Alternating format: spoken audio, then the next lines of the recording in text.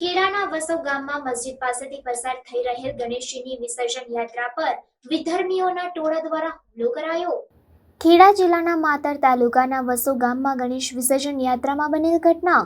વસો ગામમાં મસ્જિદ પાસેથી પસાર થઈ રહેલ ગણેશજીની વિસર્જન યાત્રા પર વિધર્મીઓના ટોળા દ્વારા હુમલો કરવામાં આવ્યો। હુમલામાં પોલીસ કર્મચારીઓને પણ ઈજા પહોંચી હોવાની પ્રાથમિક માહિતી મળી રહી છે। વસો ગામમાં ચુસ્ત પોલીસ બંદોબસ્ત ગોઠવી દેવાયો। એસપી, ડીવાયએસપી સહિત એસઓજી, એલસીબી, વસો પોલીસ, નડિયાદ પોલીસ, માતર પોલીસ ઘટના સ્થળે પહોંચ્યા। આજે ગણપતિજીનું વિસર્જન હતું વસો ગામની અંદર, દરેક ગામમાં હતું, મારા વિધાનસભાની અંદર પણ એવું અહીંયા હતું ને પૂરું થવાના સમયની અંદર એવી વાત મળી કે વસોની અંદર કંઈક અમુક તત્વોએ ગણેશજીના વરઘોડાની અંદર દખોરવાના પ્રયત્ન કર્યા હોય, પણ પોલીસની જાગૃતતાના કારણે અત્યારે શાંત વાતાવરણ છે અને મને વાત મળી એટલા માટે હું વસો પોલીસ સ્ટેશન આવ્યો। એસપી સાહેબ, ડીવાયએસપી સાહેબને તમામ પોલીસ કાફલો અત્યારે વસોની અંદર છે અને શાંત વાતાવરણ જાહેર પબ્લિકને શાંતિથી રહેવા માટે અપીલ કરી છે અને કોઈ માથાકૂટો ના થાય એવી વસો ગામના તમામ સમાજના લોકોને મારી અપીલ છે। સર, શાંતિ દોરવાનો પ્રયત્ન કરવામાં આવ્યો તો પોલીસ દ્વારા કાર્યવાહી કરવા માટે કોઈ સૂચન કર્યું છે આપે? હવે એ ફરિયાદ થાય છે ને એ કાયદેસરની કાર્યવાહી કરવામાં આવશે। કઈ બાબતે ઘટના મળી મને જાણ થઈ કે વસોની અંદર એક સામાજિક તત્વો અમુક લોકો મુસ્લિમ હિન્દુનો વરઘોડો હતો એની અંદર શાંતિ સમિતિની જે ચર્ચાઓ થયેલી પરમ દિવસ એનું ઉલ્લંઘન કરતા જે એમને કંઈક મસ્જિદ હોય ત્યાં આગળ વરઘોડો નીકળ્યો તે લોકોએ આ લોકોએ હુમલો કર્યો એવા સમાચાર મળે એટલે હું તાત્કાલિક પોલીસ સ્ટેશને દોડી આવ્યો। અત્યારે પરિસ્થિતિ શું છે? અત્યારે પરિસ્થિતિ શાંત છે અને કંટ્રોલમાં છે। હજુ સુધી એવી વાતાવરણ ચર્ચા છે પણ એવું કોઈ જાણવા નહીં મળ્યું, જોવા નહીં મળ્યું। નહીં, વાત થઈ પણ મેં જે પોલીસ કર્મી જે પીએસઆઈ છે એમને વાત કરી કે ના મારે કઈ એવો બનાવ નહીં બનાવ્યો।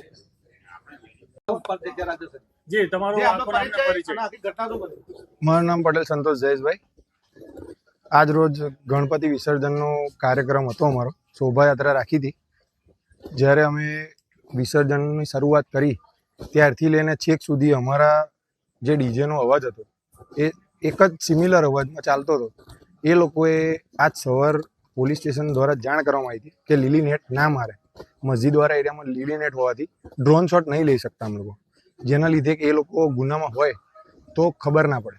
એમણે ઇન્ટેન્શનલી આ વસ્તુ કરી અને વિધિન 5 મિનિટ્સમાં એ લોકો પાસે હથિયાર આવી ગયા છે અને હથિયાર એટલે કાયદેસર પાઇપો, દંડા, પાવડાના દસ્તા, પ્લાસ્ટિકની પાઇપો અને 2-3 જણે તો દુકાન પરથી તોડેલી પાઇપો છૂટી નાખેલી છે। એમાં એક પોલીસ કર્મીને પણ વાગેલું છે અને અમારા એક મિત્રને પણ વાગેલું છે, જેને અત્યારે મેડિકલ માટે મોકલી આપવામાં આવ્યો છે। એનો રિપોર્ટ અમે જમા કરાવી દઈશું। ઇન્ટેન્શનલી છે સર। અમે કાલે એમનું જુલુસ હતું, અમારો એક પણ છોકરો આખા ગામમાં દેખાયો નહીં, એમના જુલુસમાં એક પણ છોકરો અમારો નહોતો। આજે એમના ટોળાને આવવાની જરૂર શું હતી, મારું કહેવાનું એમ થાય।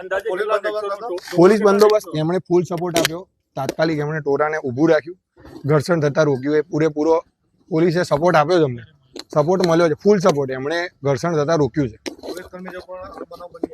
પોલીસ કર્મીઓ અણબનાવ બન્યો છે, એમને પાઇપ વાગી છે, નામ હું ડિક્લેર નહીં કરું, એમને વાગી છે અને એમણે ફૂલ સપોર્ટ આપ્યો છે, એમનો કોઈ જ વાંક નથી। પોલીસે છેક લગીને સપોર્ટ કર્યો છે અમને। કેટલું ટોરું હતું? ટોરું લગભગ 100 થી 150 માણસ હતું એમ। પૂર્વ આયોજિત કાવતરો કહી શકાય 100%, કારણ કે એમને ઇન્ટેન્શનલી આજ સવાર જાણ કરવામાં આવી કે મસ્જિદ વાળા એરિયામાંથી લીલી નેટ કાઢી નાખે। હથિયારો હતા એમની જોડે? પાઇપ, પાવડાનો દસ્તો, લોખંડના સરિયા બધું જ હતું। વિસર્જનમાં સામેલ અન્ય કોઈ વ્યક્તિઓને વાગ્યું હોય એવું છે?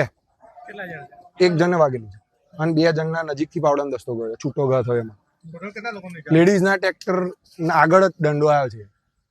અમારા પાછળ 6 ટ્રેક્ટર બાકી હતા વિસર્જનના, એના લીધે અમે પબ્લિકને કંટ્રોલ કરીને ત્યાંથી રગે વગે કરી દીધું। વિસર્જન પતી ગયું। સમગ્ર ઘટના બની કયા વિસ્તારમાં બની? મસ્જિદ વાળા એરિયા, એમના જ એરિયામાં બનેલી છે। કયો વિસ્તાર કહેવાય વસોની અંદર? જુમા મસ્જિદ। જુમા મસ્જિદ। ઓકે, સમય સાંજના 4 વાગ્યા પછી। શું છે સમગ્ર માહિતી, કઈ રીતની ઘટના બની?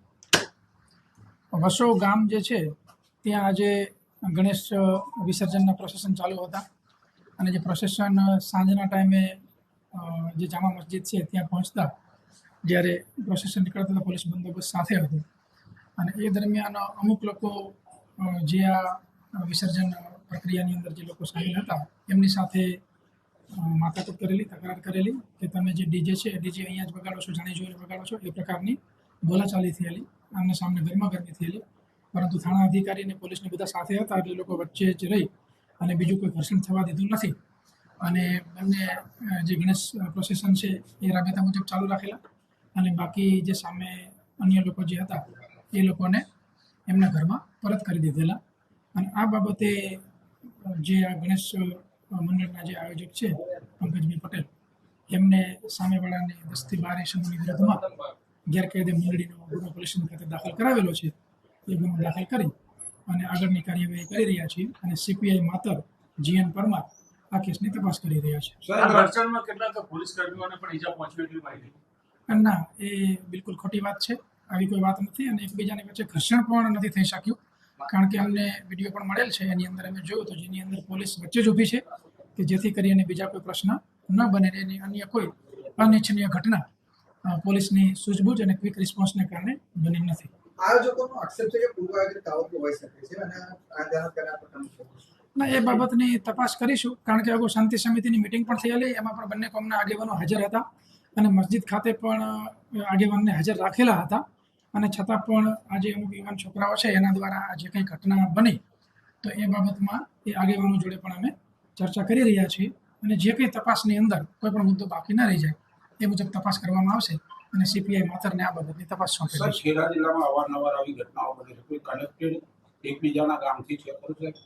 ના, અત્યાર સુધી કોઈ પણ એવી બાબત નથી જણાઈ આવી કે એકબીજા સાથે કનેક્ટેડ હોય. તમામની અંદર ઇન્સિડન્ટ પણ જુદા છે અને ઘટના જુદી છે, વિસ્તારો જુદા છે.